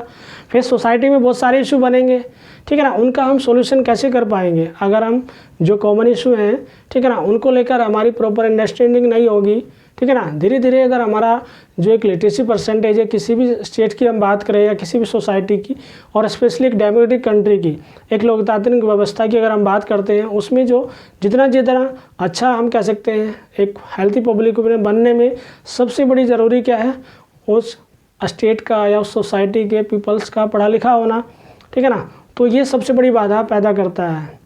और हमें भी देखते हैं अगर इंडिया का ये एग्जाम्पल ले तो आज़ादी के बाद की जो एक सिचुएशन हम देखते हैं, आज़ादी के बाद जो एक लिटरेसी परसेंटेज अगर हम बात करें, साक्षरता दर हमारा बहुत कम था, लेकिन बाद में धीरे धीरे एफर्ट्स होते होते, ठीक है ना। लेकिन एक कंडीशन ये भी है, अगर इंडिया के हम लिटरेसी परसेंटेज पर हम बात करते हैं तो उसमें हमें भी देख पाते हैं कि जो अपना नाम लिखना भी जानता है, ठीक है ना, अपना नाम अगर आप लिखना जानते हैं कोई भी, ठीक है ना, उसको भी हम किस कैटेगरी में काउंट करते हैं, एक लिटरेसी, ठीक है ना, एक लिटरेट पर्सन, एक साक्षर व्यक्ति की कैटेगरी में हम उसको ऐड करते हैं। भले ही उसका कोई भी सोशल इशू, सामाजिक जो मुद्दे होते हैं, ठीक है ना, पॉलिटिक्स को लेकर उसकी कोई भले ही समझ ना हो, लेकिन ये कंडीशन अगर हम देखते हैं इंडिया में अप्लाई की गई है। बहुत सारे कंट्री और भी हो सकते हैं जहाँ पर इस कंडीशन को अप्लाई किया गया है, उसी को ही हम काउंट करते हैं टोटल कि हाँ ऐसा इतने पढ़े लिखे हैं। चलिए अब नेक्स्ट हम बात करते हैं पॉवर्टी। पॉवर्टी को लेकर हम देखते हैं गरीबी। अगर हम देखते हैं पॉवर्टी एक सबसे बड़ा इशू बन सकती है, ठीक है ना। जब हम कह सकते हैं कि सोसाइटी में जब हम एक बहुत सारी प्रॉब्लम्स को फेस करते हैं तो फिर हम अपना भी डेवलपमेंट नहीं कर पाएंगे। और डिपेंड करता है अगर हम बात करें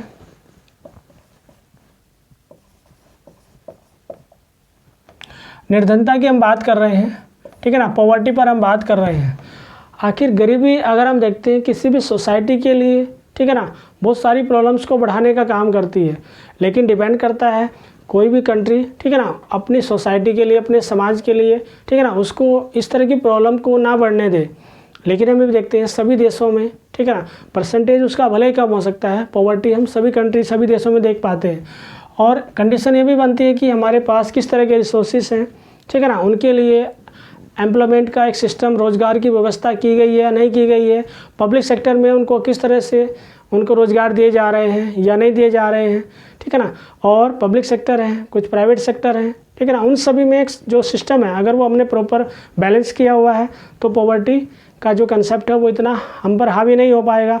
लेकिन पॉवर्टी का जो कंसेप्ट हम देख पाते हैं वो ज़्यादा हावी हो रहा है। जैसे जैसे हम देखते हैं एलपीजी, लिबरलाइजेशन, ग्लोबलाइजेशन, प्राइवेटाइजेशन, ये सारे क्या हैं, इन सभी से हम देखते हैं पॉवर्टी, अनएम्प्लॉयमेंट, वो सभी प्रॉब्लम्स बड़ी हैं।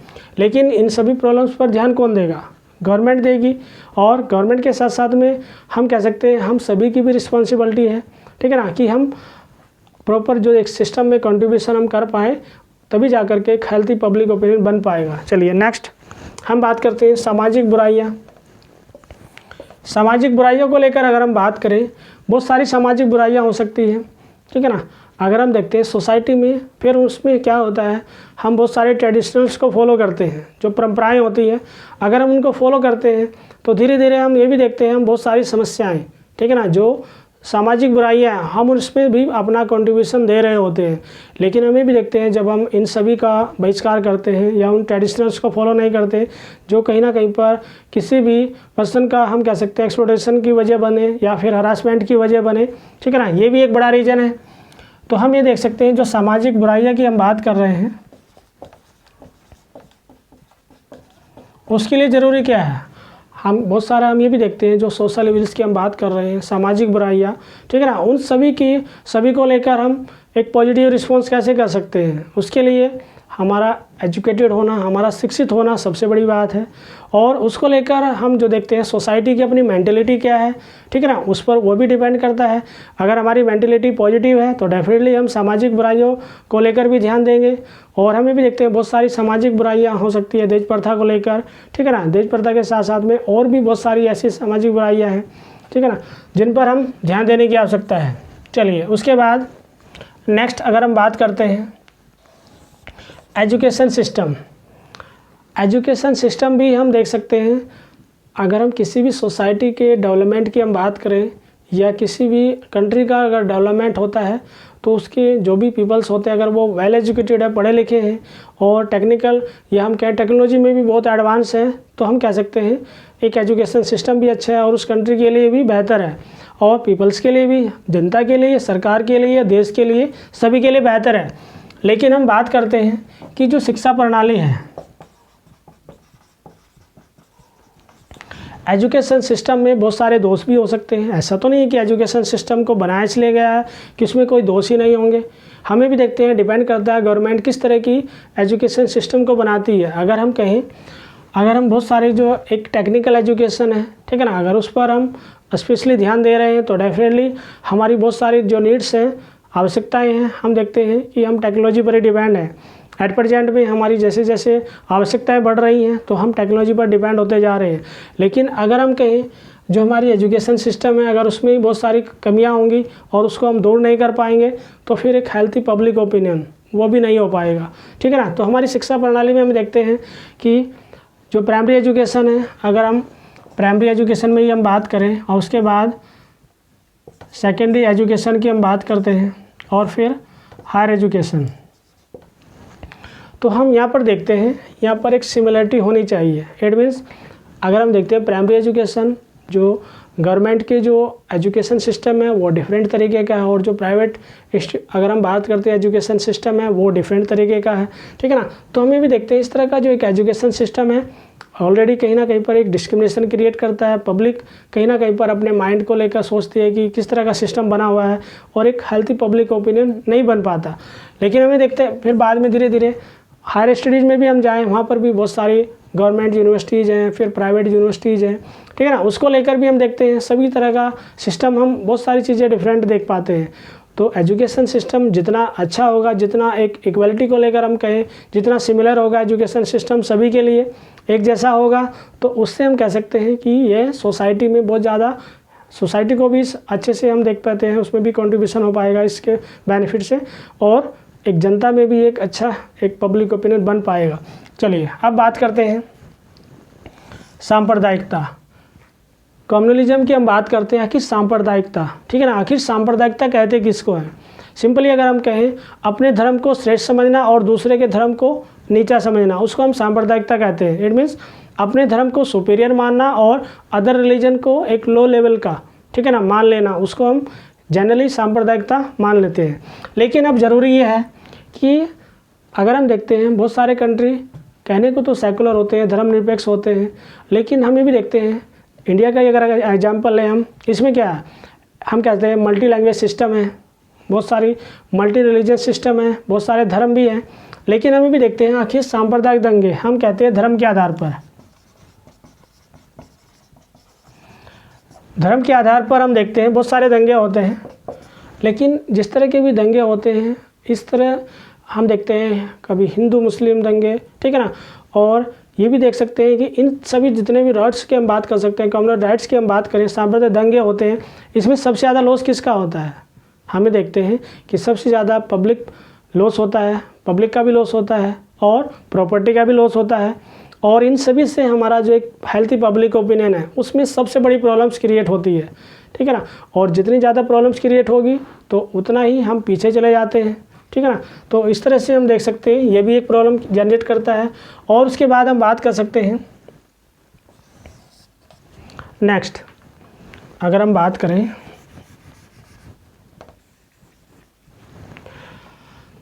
राजनीतिक दलों की नकारात्मक भूमिका। It means negative role of political parties. चलिए अब हम देखते हैं आखिर राजनीतिक दलों को काम क्या होता है।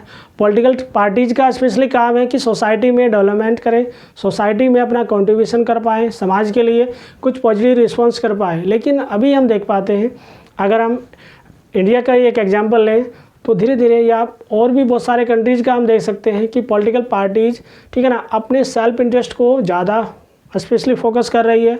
और इससे होता क्या है, अपने जब हम सेल्फ इंटरेस्ट को ज़्यादा फोकस करते हैं, ज़्यादा इम्पोर्टेंस देने लग जाते हैं, तो उससे क्या होता है, जब हम अपने इम्पोर्टेंस ज़्यादा देंगे, सेल्फिश हो जाएंगे, तो फिर क्या होगा, फिर एक हेल्थी पब्लिक ओपिनियन रेडी नहीं हो पाएगा, या हम कहें फॉर्मेशन ऑफ पब्लिक ओपिनियन, वो तो नहीं हो पाएगा। तो इसमें सबसे बड़ी प्रॉब्लम ये भी है। लेकिन अब धीरे धीरे हम ये देख पा रहे हैं कि जिस तरह से एक पॉलिटिकल पार्टीज़ का जो एक मैनिफेस्टो होता है, ठीक है ना, उस डायरेक्शन में तो वो नहीं जाते हैं। अब उस डायरेक्शन में नहीं जाते तो बहुत सारी प्रॉब्लम्स हमारे सामने आती है। और एक नेगेटिव जो रोल, वैसे तो पॉजिटिव रोल प्ले करना चाहिए, लेकिन एक नेगेटिव रोल वो प्ले करते हैं, तो उससे बहुत सारी प्रॉब्लम्स बनती है सोसाइटी में। लेकिन अब बात करें हम नेक्स्ट मीडिया की, हम बात करते हैं मीडिया की। अभी हम बात कर रहे थे, ठीक है ना, उसको फोर्थ पिलर, मीडिया को हम क्या मानते हैं, चतुर्थ स्तंभ। इट मीन्स क्या है, मीडिया क्या है, फोर्थ पिलर है। लेकिन हम ये भी देख सकते हैं, ठीक है ना, मीडिया को जो एक रोल प्ले करना चाहिए वो पॉजिटिव रोल प्ले करना चाहिए। लेकिन अभी क्या है, मीडिया किस तरह की मीडिया बन चुकी है। मीडिया की अगर हम बात करें तो एक पेड मीडिया, एक पेड मीडिया की हम बात कर सकते हैं। पेड मीडिया होती क्या है, आखिर पेड मीडिया होती क्या है। सपोज करें एट प्रेजेंट में मीडिया में भी एक कह सकते हैं सेल्फिश वाली भावना बन चुकी है, ठीक है ना। अगर आप चाहते हैं कि लंबे समय तक मुझे जो न्यूज़पेपर के जो फ्रंट पेज है या सेकंड फ्रंट पेज है पूरा ही मुझे ख़रीदना है, तो आपके बारे में या आपका कोई भी एडवर्टाइजमेंट इस तरह का है, आप किसी भी, ठीक है ना, कोई भी एडवर्टाइजमेंट करना चाहते हैं तो आप पैसे दीजिए और अपनी पॉपुलैरिटी या अपनी कोई भी कंपनी, ठीक है ना, उसकी पॉपुलैरिटी को हाई कर लीजिए, ठीक है ना, या फिर पैसे दे करके आप, ठीक है ना, बहुत ज़्यादा पॉपुलैरिटी भी ले पाते हैं। और ऐसा हो भी रहा है। हम ये भी देख सकते हैं कि बहुत सारी पॉलिटिकल पार्टीज़, ठीक है ना, उनको बहुत ज़्यादा फाइनेंशियल सपोर्ट करती है। और ये भी होता है कि धीरे धीरे टीआरपी के खेल में मीडिया अब धीरे धीरे क्या कर रही है, जितना ज़्यादा अपना टीआरपी, जो एक टीआरपी को कलेक्ट करने का या हमके टीआरपी को बढ़ाने के लिए वो क्या करते हैं कि धीरे धीरे कुछ ऐसा भी दिखाने लग जाती है मीडिया जो उसको नहीं दिखाना चाहिए, प्रॉपर एक्सपोज नहीं करना चाहिए।